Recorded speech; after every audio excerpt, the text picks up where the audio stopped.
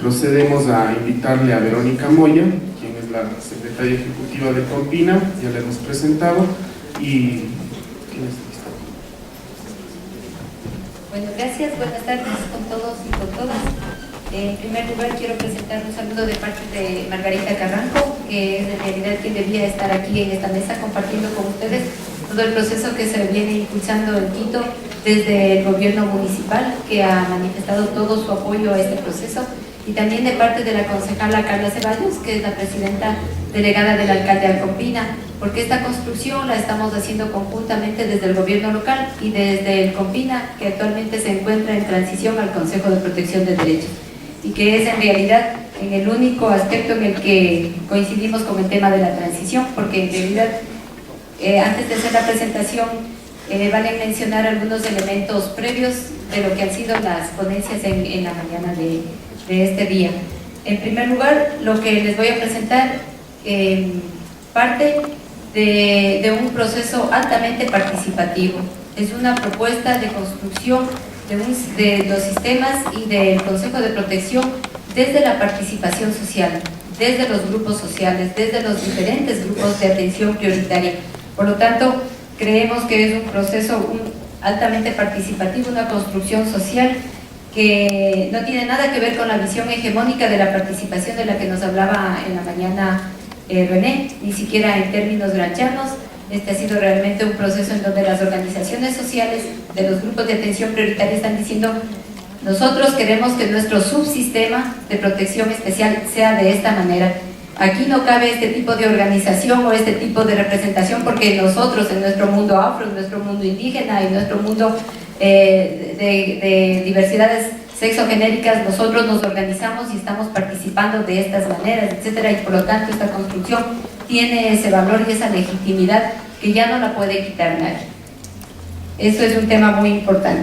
En cuanto a la transición, coincidimos plenamente con Manuel en que no debemos meternos en el discurso y asimilar el discurso de la transición. La transición no es de los sistemas, la transición no es del sistema de protección a niñez y adolescencia, por todo lo que ya han señalado.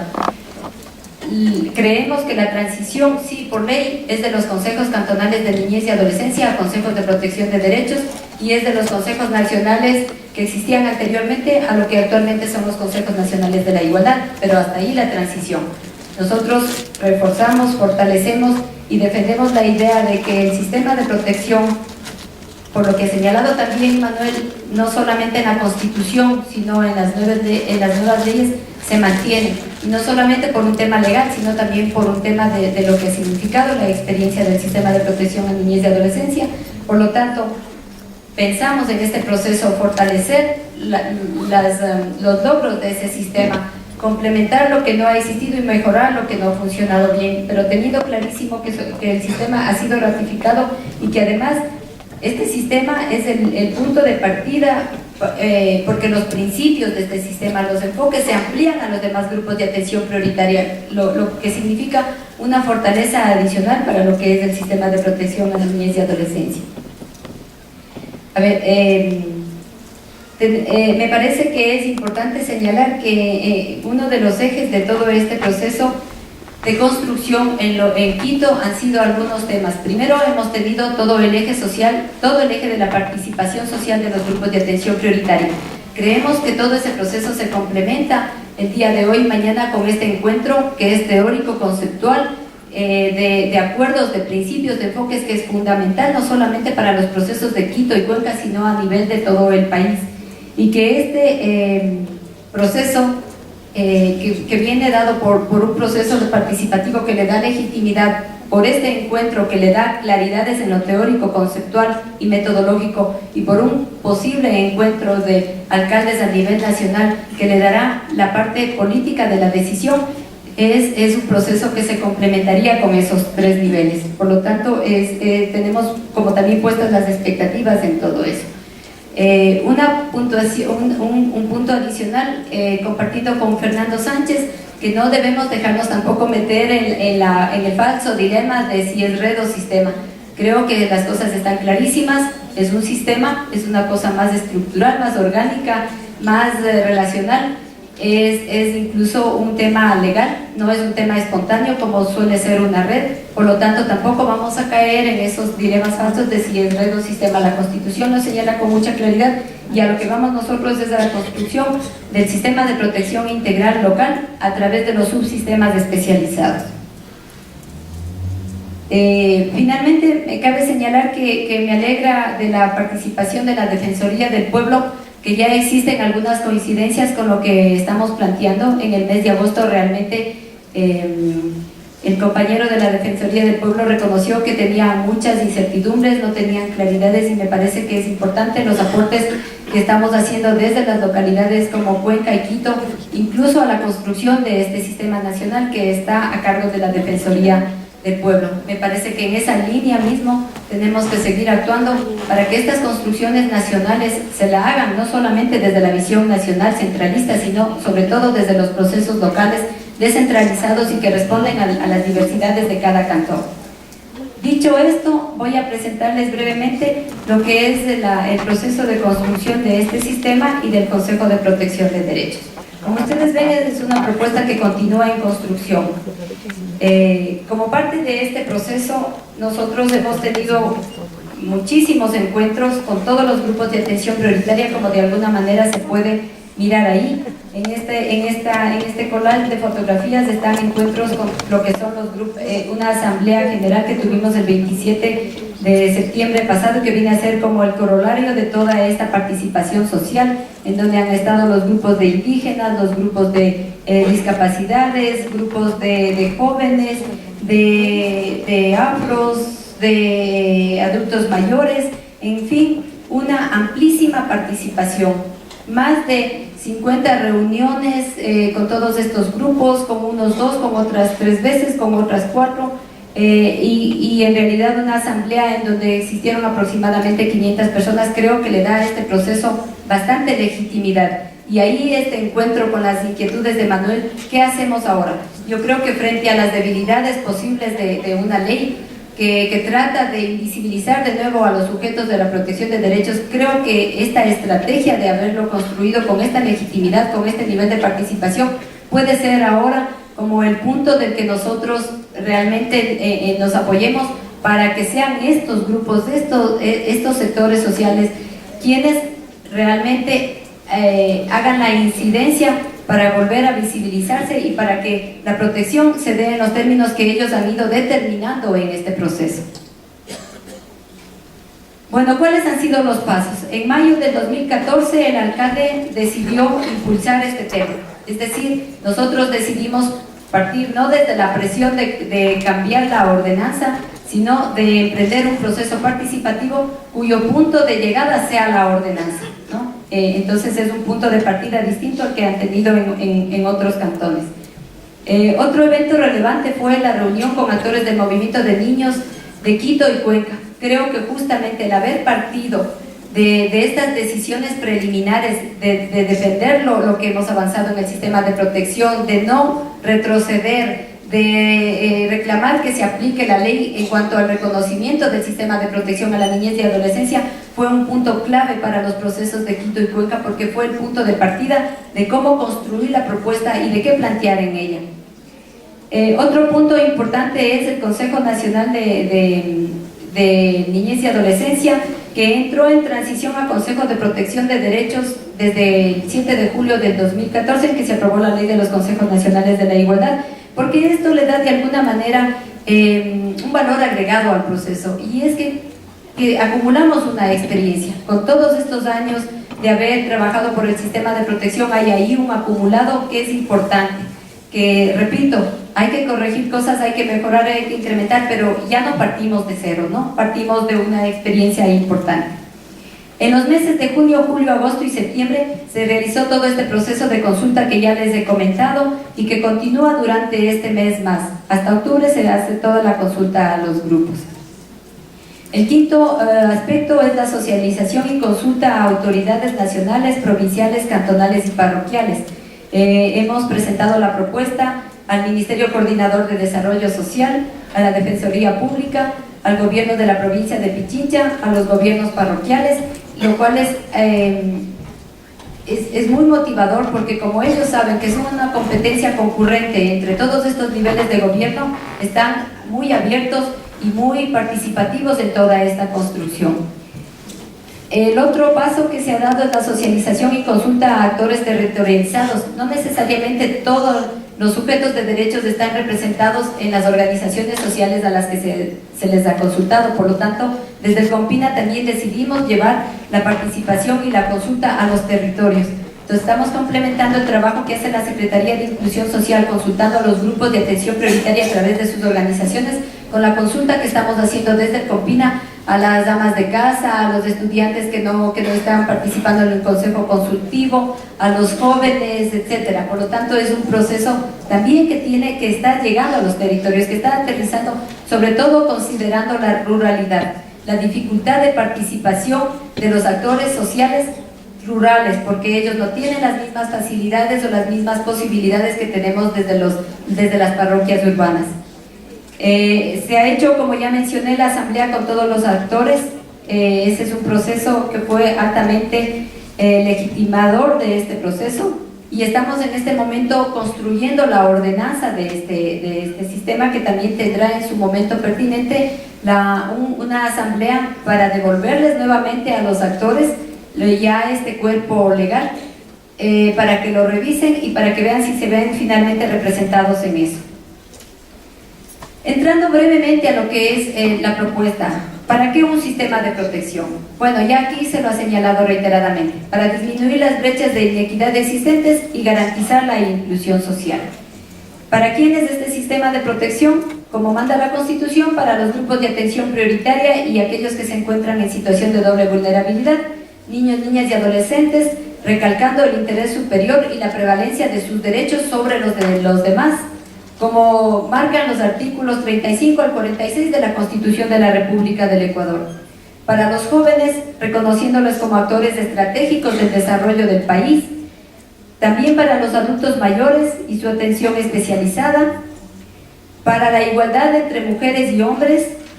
Para la igualdad de las personas con identidades sexogenéricas diversas. Para las mujeres embarazadas.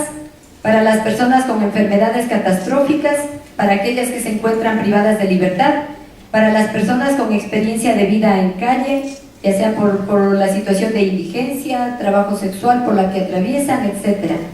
Para las personas con discapacidad, para aquellas personas que se encuentran en situación de movilidad humana, ya sea migrantes, inmigrantes, asilo, refugio, etc. Y para las comunidades, pueblos y nacionalidades indígenas, el pueblo afroecuatoriano, el pueblo montuno y las comunas. Todo esto tal como establece la Constitución de la República. Partimos, por lo tanto, de concebir a este sistema de protección integral como el conjunto articulado, coordinado y relacional de subsistemas, es decir, de instituciones, políticas, normas, programas, servicios, recursos, etcétera, que aseguren el ejercicio, la garantía y exigibilidad de los derechos de los ciudadanos y ciudadanas, especialmente de los grupos de atención prioritaria y de aquellos que se encuentran en condición de doble vulnerabilidad. Como ven, también aquí se ha partido de lo que era la concepción del sistema de protección integral a niños, niñas y adolescentes, ampliándose obviamente a los demás grupos de atención prioritaria, pero no es una ampliación mecánica o automática. Ya vamos a ver cada uno con sus especialidades. ¿Cuál es el marco normativo de este sistema? No les voy a cansar mucho leyendo todo, pero sí es necesario señalar que dentro de la Constitución, de todos los artículos que señala nuestra Constitución para la protección de los ciudadanos y ciudadanas, y de todos los artículos que señala como las garantías constitucionales para esa protección, hemos escogido el 35, que habla de los grupos de atención prioritaria, ¿no es cierto? Atención prioritaria y especializada, y que señala que el Estado prestará especial protección a las personas en condición de doble vulnerabilidad. El 341, que ya lo mencionó Manuel, resaltando, sí, algo que nos parece fundamental, que es la protección integral funcionará a través de sistemas especializados. Eso es clave. Yo creo que eso es uno de los artículos de los que debemos agarrarnos y a partir de eso construir la propuesta. Y el último inciso, que también está en el 341, que señala al sistema de protección integral a la niñez y adolescencia como el encargado de asegurar el ejercicio de los derechos de los niños, niñas y adolescentes.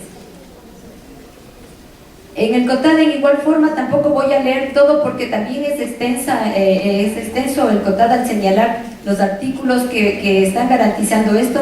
El 4 es importante porque habla de las competencias de los gobiernos autónomos en la creación y funcionamiento de sistemas de protección integral.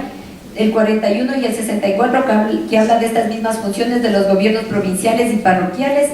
El 84, que ya es en el caso de Quito, establece entre las funciones del GAD municipal y del gobierno autónomo metropolitano la conformación de los consejos cantonales, ¿no? Juntas cantonales y redes de protección de derechos de los grupos de atención prioritaria. Y el 598, que dispone a cada gobierno autónomo descentralizado, metropolitano y municipal organizar y financiar un consejo cantonal para la protección de los derechos, y claro, establece algunos criterios para su conformación. La Ley Nacional de los Consejos de la Igualdad, que en la transitoria 10ª establece la conversión de los consejos cantonales de niñez y adolescencia en consejos de protección de derechos. ¿Cuáles son los principios de la protección integral? O sea, los principios del sistema. Ya lo han señalado también reiteradamente. El reconocimiento de las diferencias es clave.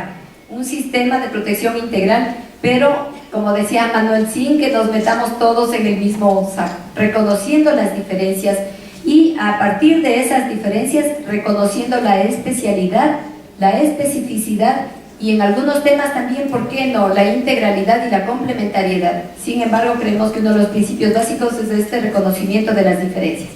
El interés superior del niño, que tampoco es un tema negociable. El tema de la descentralización y la territorialidad. Incluso en el mismo distrito metropolitano de Quito tenemos que pensar en el principio de la territorialidad, porque ahí existen 8 zonas territoriales diversas entre sí y diversas entre lo urbano y lo rural. Por lo tanto, es un principio que hay que tenerlo con mucha claridad. Los principios de concurrencia, complementariedad, articulación y subsidiariedad, por el tema de ser una competencia concurrente entre los distintos niveles de gobierno, como ya señalé. El de la cooperación público-privada, por todo el tema de la corresponsabilidad entre el Estado, la familia y la sociedad, y el principio de la participación y deliberación. Los enfoques, obviamente un enfoque de derechos, un enfoque sistémico que atienda a todos los aspectos de la protección integral, como son la prevención, la atención, la reparación de derechos, el control y sanción, la especialidad e integralidad, los enfoques de género, de interculturalidad, intergeneracionalidad, discapacidad y movilidad. Es decir, que contribuyan a la construcción de una ciudad incluyente, equitativa, diversa y con identidad. Esto por la alineación con el plan de desarrollo que ha sido definido en el distrito. El sistema de protección integral, a partir de los mismos principios del de niñez. ¿Quién es el responsable en el territorio de definir y ejecutar las políticas de protección e inclusión en cada cantón? El municipio. Por lo tanto, es un actor clave de este sistema, que se relaciona directamente con el Consejo de Protección de Derechos, que tiene a cargo la formulación, la transversalización, la observancia, el seguimiento y la evaluación de la política pública. El municipio como parte de este consejo, pero no el consejo como parte de la institucionalidad municipal, ¿no? O sea, ahí también hay que hacer esas claras distinciones, porque estos consejos, para poder cumplir las funciones que le manda aquí la ley, debe conservar la autonomía, y creo que este es otro de los temas que nosotros tenemos que establecer como acuerdos mínimos y no negociables frente al tema. Este Consejo Metropolitano con estas funciones tiene a su vez 9 consejos consultivos que responden a los 9 grupos de atención prioritaria.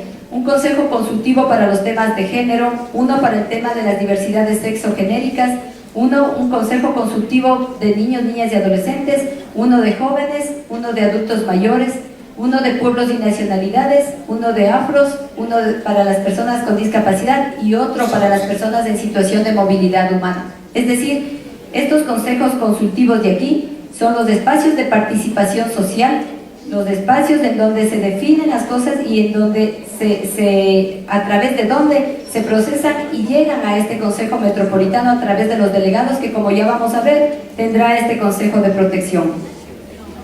Para el tema de la atención, evidentemente estarían las entidades y redes especializadas en las diferentes temáticas y grupos poblacionales y que serán las responsables de atender los derechos de salud, educación, seguridad social, por ejemplo, los centros de equidad y justicia, los programas para emprendimiento productivo, recreación, etc. Por otro lado, el grupo de organismos de protección y restitución de derechos, que tienen que ser específicos a cada grupo en el tema de la especialidad, como el que señalaba Manuel en el caso de los niños, niñas y adolescentes, y también en el caso de los pueblos y nacionalidades indígenas, en donde también se contempla una justicia especializada y que además tiene que ver con todo el tema de administración de justicia. Por lo tanto, estarán las juntas de protección de derechos de niñez, los tribunales de justicia, juzgados, la fiscalía, la defensoría pública y todos aquellos organismos que eventualmente se tengan que crear. O sea, cuando nosotros consultábamos a los adultos mayores, ellos nos decían: nosotros necesitamos una defensoría o una junta de protección del adulto mayor. ¿Por qué no? En realidad son uno de los grupos más vulnerados, uno de los grupos más excluidos y que tienen muchas dificultades para acudir a los organismos de la justicia ordinaria o a los organismos administrativos de justicia. Por lo tanto, si es que este sistema tiene que pensar en un mecanismo para que dé respuestas oportunas, de calidez, como se planteaba en la mañana a través del Ministerio Coordinador de Desarrollo Social, pues tendrá que hacerse, porque esa es precisamente la especialidad que le da la Constitución a los grupos de atención prioritaria y a las respuestas que se les tiene que dar.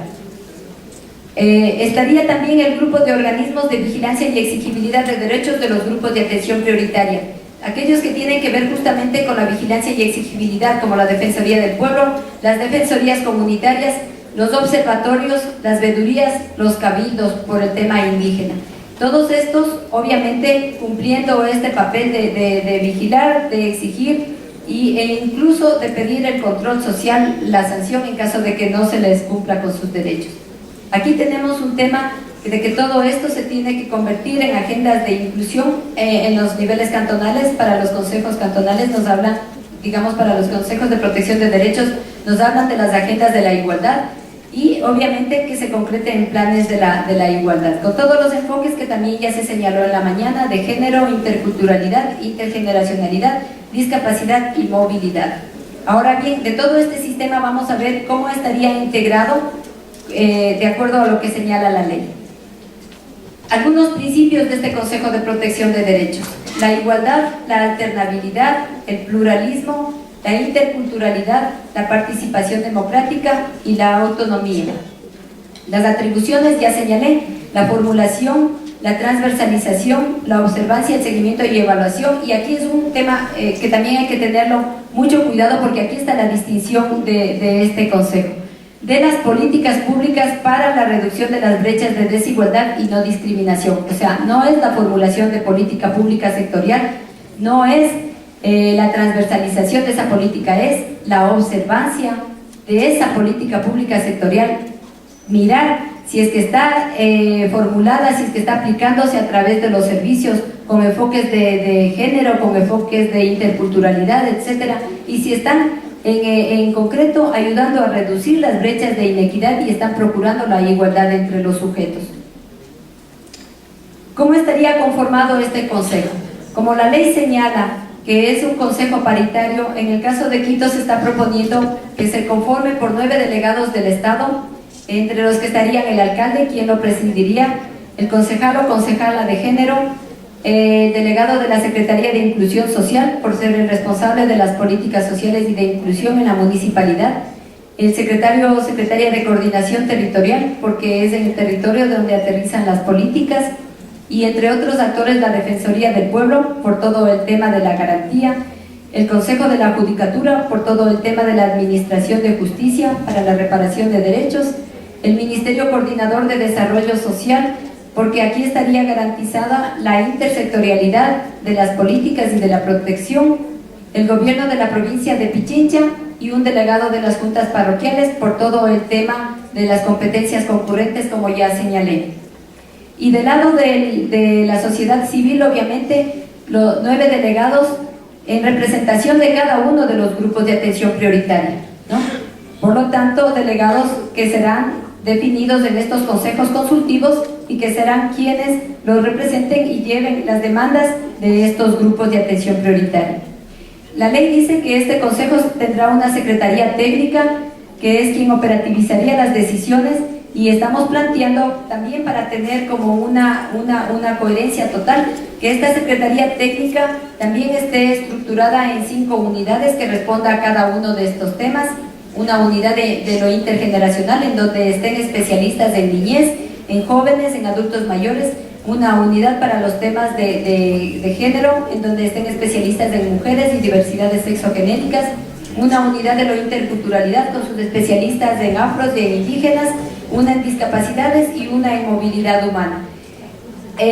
Saliendo de estas unidades está lo que son los subsistemas articulados según necesidades específicas de los grupos de atención prioritaria.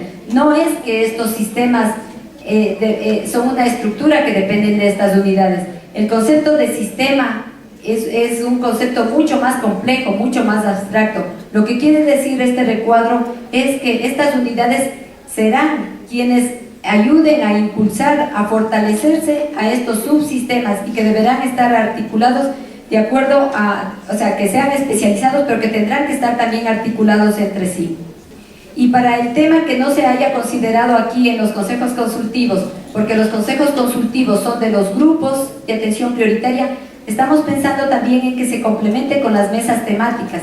En las mesas temáticas, en donde se debatan, se analicen y se den respuestas a las diferentes temáticas de maltrato, abuso sexual, trata, explotación laboral, participación, etc. Que sean en estas mesas temáticas donde también se debatan, se analicen, se propongan, que suban a través de estos consejos consultivos y que pasen a este consejo las demandas, ¿no? Y que sean también operativizados desde lo técnico, desde estas unidades.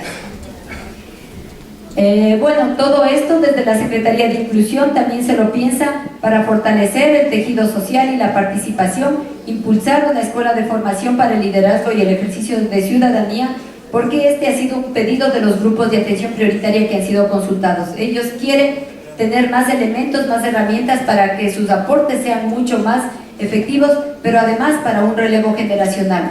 Esto es sumamente importante tomarlo en cuenta, porque sería parte de toda esta propuesta.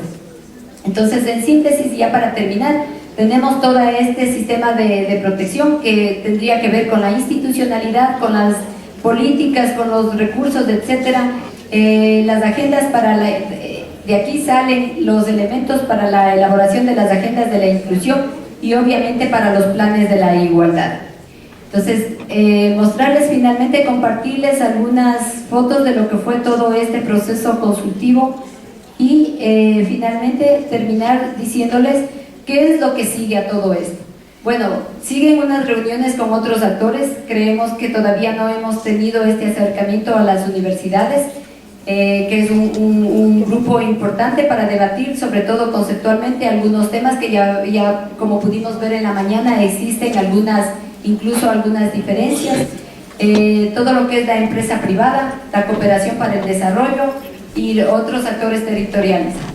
La validación de la ordenanza con todos los actores que han participado en ella, la presentación y aprobación por parte del Consejo Metropolitano, y pensamos, en el mejor de los casos, si es que la ordenanza sale en el mes de diciembre, empezar ya la organización y articulación de los sistemas a partir del 2015, lo que significa trabajar en los modelos de gestión que en la mañana señalaba Ernesto, para cada uno de los subsistemas y para el sistema de protección integral de manera general. Entonces, hasta ahí la presentación. Muchas gracias.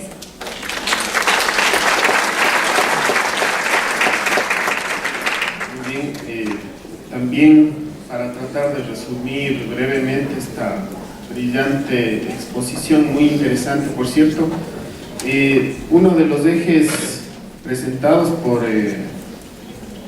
Verónica ha sido partir desde la participación ciudadana para la construcción del sistema, ¿no? Y eso ha sido remarcado en varios momentos de este proceso que están emprendiendo desde el municipio de Quito, que de alguna manera lo que Verónica nos ha comentado es que es el municipio el que ha generado la voluntad política, además, y eso es muy importante para iniciar la creación del sistema.